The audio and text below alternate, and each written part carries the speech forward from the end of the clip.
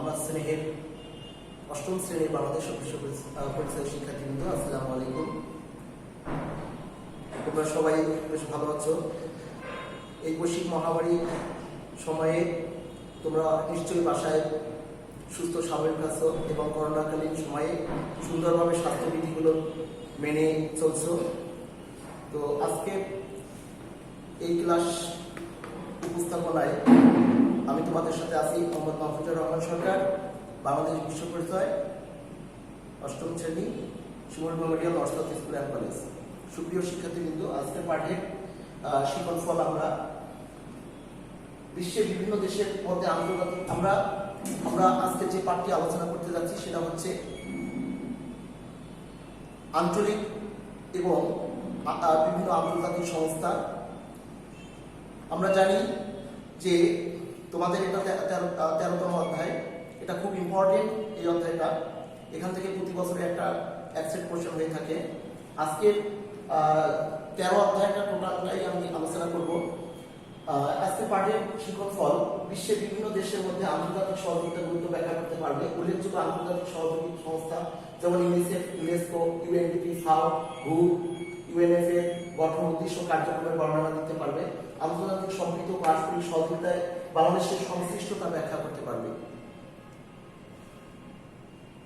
সুপ্রিয় শিক্ষার্থীবৃন্দ, একটু লক্ষ্য করি, আমরা দেখতে পাচ্ছি যে ইউএনএফপি এবং ইউনিসেফ যেটি জাতিসংঘের দুইটি বিশেষায়িত সংস্থা। তো আমরা জানি পৃথিবীর কোনো দেশ সে স্বাধীন সার্বভৌমত্ব সম্পূর্ণ কোনো দেশই এককভাবে স্বয়ংসম্পূর্ণ নয়। সেই দেশগুলো নিজেদের নিরাপত্তা, নিজেদের বিভিন্নভাবে অর্থনৈতিক, সামাজিক, সাংস্কৃতিক ক্ষেত্রে একে অপরের উপর নির্ভরশীল থাকতে হয়। সেই ধারাবাহিকতায় আমাদের বাংলাদেশ একটি অন্যতম দেশ। বাংলাদেশ পৃথিবীর অন্যান্য দেশ থেকে বিচ্ছিন্ন নয় এবং আমরা যেহেতু গ্লোবালাইজেশন যুগে বসবাস করছি, সো এই প্রেক্ষাপটে বিশ্বের বিভিন্ন দেশের মধ্যে সাহায্য সহযোগিতার উপর ভিত্তি করে বিভিন্ন দেশ ভিত্তিক বা বিভিন্ন অঞ্চল ভিত্তিক বিভিন্ন সংস্থা গড়ে উঠেছে। আমরা জেনেছি যে এই সংস্থাগুলো হচ্ছে কোনোটা আঞ্চলিক, যেমন আমাদের দক্ষিণ এশিয়ার দেশগুলোকে কেন্দ্র করে গড়ে উঠেছে সার্ক, দক্ষিণ পূর্ব এশিয়ার দেশগুলোকে গড়ে উঠেছে আসিয়ান। এছাড়াও কিছু কিছু সংস্থা আন্তর্জাতিকভাবে গড়ে উঠেছে, যেমন জাতিসংঘ, ওআইসি, ন্যাম। এছাড়াও কিছু সংস্থা কার্যক্রম বিশ্বব্যাপী, যেমন ইউনিসেফ, হু, ফাও, ইউএনডিপি, এগুলোর কার্যক্রম বিশ্বব্যাপী। আজকে আমরা আলোচনা করব জাতিসংঘের কিছু বিশেষায়িত সংস্থা নিয়ে। সুপ্রিয় শিক্ষার্থীবৃন্দরা, তোমরা সুন্দর করে আজকের আলোচ্য বিষয়গুলো তোমাদের খাতায় লিপিবদ্ধ করো। ইউনিসেফ, ইউনেস্কো, ইউএনডিপি, ফাও, হু, ইউএনএফপি। আমরা এই যে 6টি সংস্থা, বিশেষায়িত সংস্থা জাতিসংঘের, এই 6টি সংস্থার সাথে বাংলাদেশের কি সম্পর্ক আছে এই বিষয়গুলো আজকে আমরা সুন্দর করে জানব। প্রথমে আসি জাতিসংঘের একটি অন্যতম বিশেষায়িত সংস্থা ইউনিসেফ। ইউনিসেফটা কি? ইউনিসেফ হচ্ছে শিশুদের সুরক্ষার জন্য গঠিত একটি সংস্থা, যার পুনরূপ হলো United nation international children emergency fund. প্রতিষ্ঠিত হয়েছিল 1946 সালে। কেন প্রতিষ্ঠিত হলো? আমরা জানি 1945 সালে দ্বিতীয় বিশ্বযুদ্ধ অবসান পায়। দ্বিতীয় বিশ্বযুদ্ধের অবসানের পর বিশ্বব্যাপী শিশুদের বিশেষ করে অপুষ্টি, তাদের নিরাপত্তা, শিশুদের রক্ষণাবেক্ষণার বা নিরাপত্তাহীনতা দিন দিন বেড়ে যায়। বিশেষ করে তাদের সুরক্ষার জন্য একটি আন্তর্জাতিক মানের সংস্থার প্রয়োজন অনুভব করেছিল বিশ্ব নেতারা। সেই প্রয়োজনীয়তার দিক থেকে দ্বিতীয় বিশ্বযুদ্ধ পরবর্তী পর্যায়ে 1946 সালে ইউনিসেফ প্রতিষ্ঠিত হয়। এর সদর দপ্তর যুক্তরাষ্ট্রের নিউ ইয়র্ক শহরে। ইউনিসেফ শিশুদের নিয়ে কাজ করে, বিশেষ করে শিশুদের অপুষ্টির হার, শিশুদের সুরক্ষা, শিশুদের স্যানিটেশন, শিশুদের মৌলিক চাহিদা এবং মা ও শিশুর উন্নয়ন নিয়ে ইউনিসেফ কাজ করতেছে। বাংলাদেশের সাথে ইউনিসেফের খুব নিবিড় সম্পর্ক। আমরা জানি যে 1950 সালে ইউনিসেফ অনুন্নত বা উন্নয়নশীল দেশগুলোর শিশুদের নিয়ে কাজ করা শুরু করে। 1951 সালে ঢাকায় ইউনিসেফ এর অফিস স্থাপিত হয় এবং 1977 সালে থেকে মা ও শিশু উন্নয়ন নিয়ে ইউনিসেফ নিরলসভাবে কাজ করছে। এই সংস্থাটি 1965 সালে তার বিশেষ অবদানের জন্য শিশু সুরক্ষা এবং নারীদের সুরক্ষার জন্য বিশেষ করে এই সংস্থা নোবেল প্রাইজ পায়।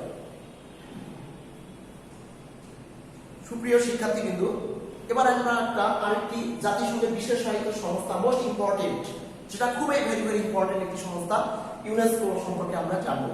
ইউনেস্কো 1946 সালে প্রতিষ্ঠিত হয়েছিল। এই সংস্থাটি পুনরুদ্ধি United Nations Educational, Scientific and Cultural organisation.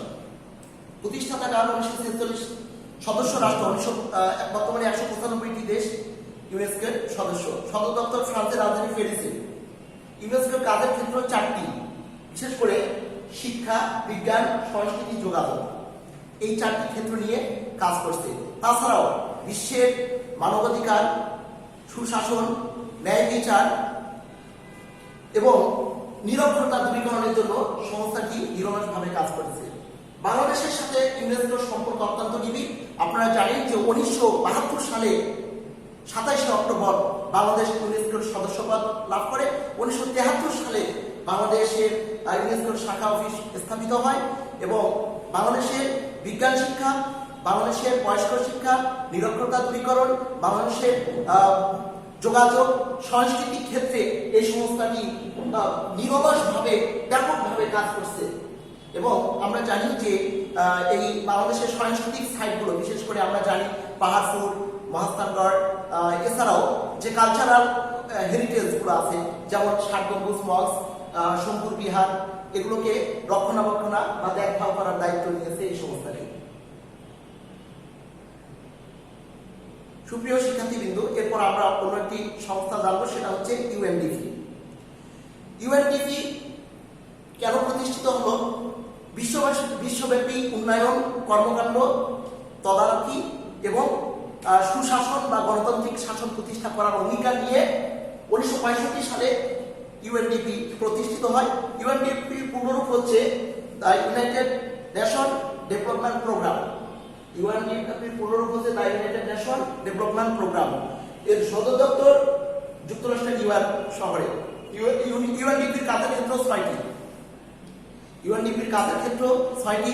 বিশেষ করে আমরা যদি কাজের ক্ষেত্রগুলো ধারাবাহিকভাবে বলি, যে নাম্বার ওয়ান হচ্ছে গণতান্ত্রিক শাসন প্রতিষ্ঠা করা, পরিবেশের উন্নয়ন, শক্তি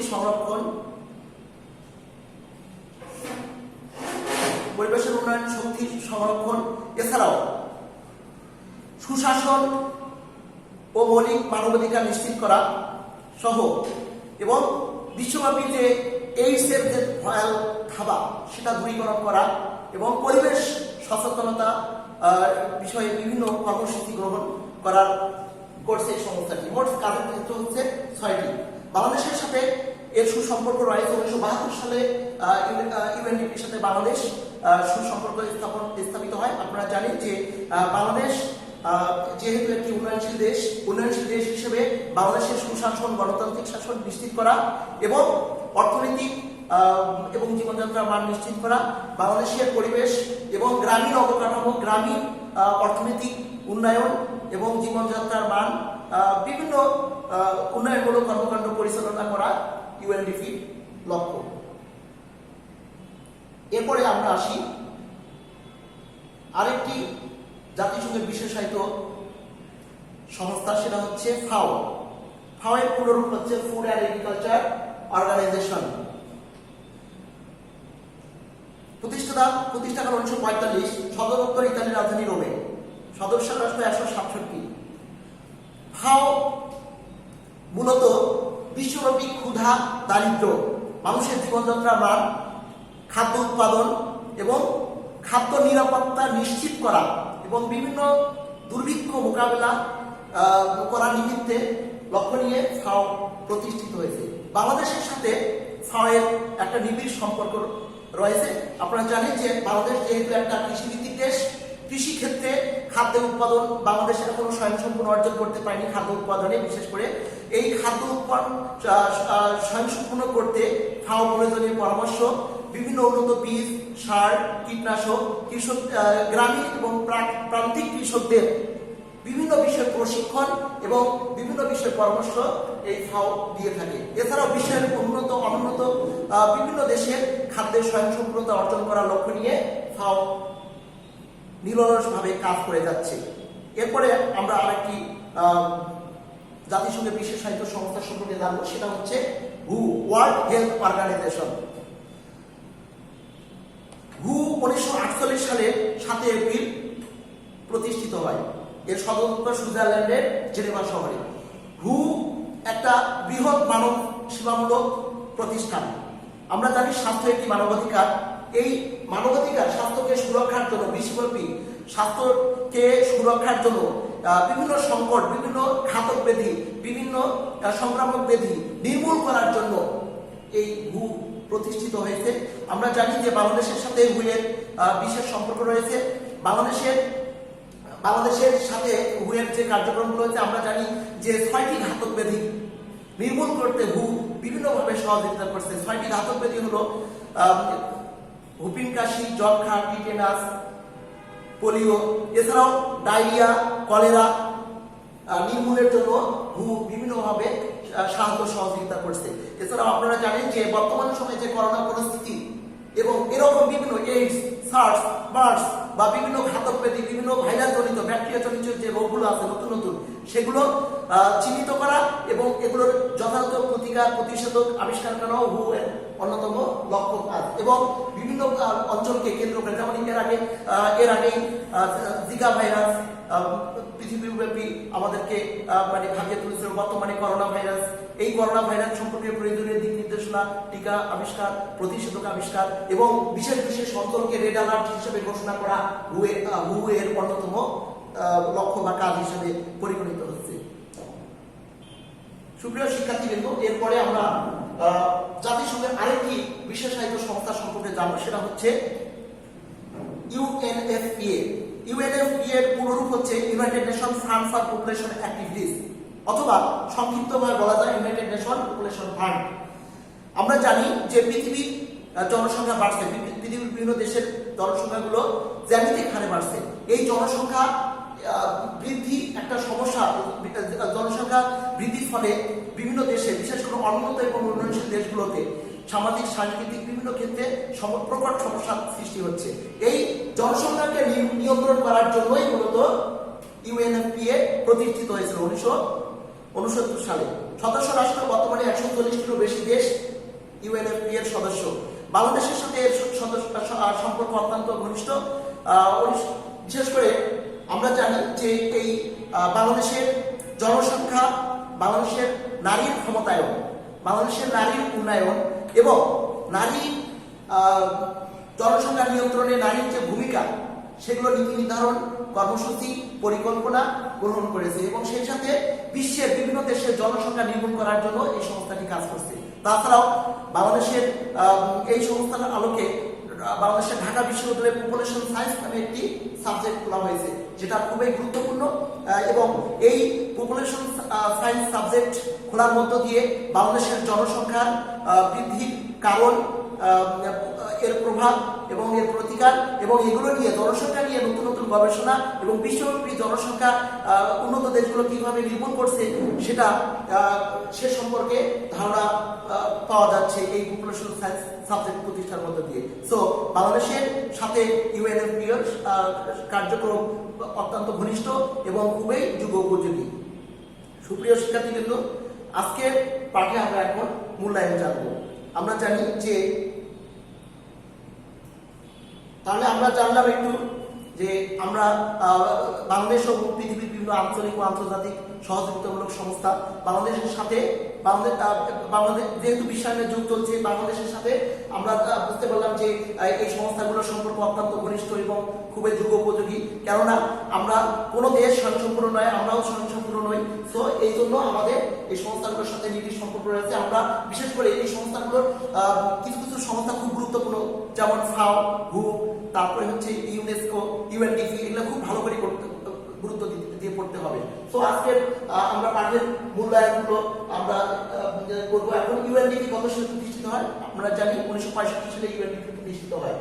ফাও শব্দ কোথায়? ইতালির রাজধানী রোমে। উ এর পুরো নাম ওয়ার্ল্ড হেলথ অর্গানাইজেশন। ইউএনডিপি কয়টি ক্ষেত্র নিয়ে কাজ করছে? ইউএনডিপি 6টি ক্ষেত্র নিয়ে কাজ করছে। ফাও এর সদস্য সংখ্যা 167টি। ফাও এর সদস্য সংখ্যা। সুপ্রিয় শিক্ষার্থীবৃন্দ, আপনারা অধ্যায়টি ভালোভাবে পড়বেন এবং এটা চর্চা করবেন। নেক্সট ডে আপনাদের টপ প্লেস হবে 13 অধ্যায় লেসন 1 থেকে 6 পর্যন্ত। আপনারা সুন্দর করে বাসায় চর্চা করবেন এবং এই অধ্যায়টা অত্যন্ত গুরুত্ব দিবেন। এটা সহজ অধ্যায় এবং পরিশেষে তোমাদের সুস্বাস্থ্য এবং সবার মঙ্গল কামনা করে আজকে বাংলাদেশ বিশ্ব পরিচয় ক্লাস থেকে এখানে বিদায় নিচ্ছি। আসসালামু আলাইকুম রহমতুল্লাহি ওয়া বারাকাতুহু।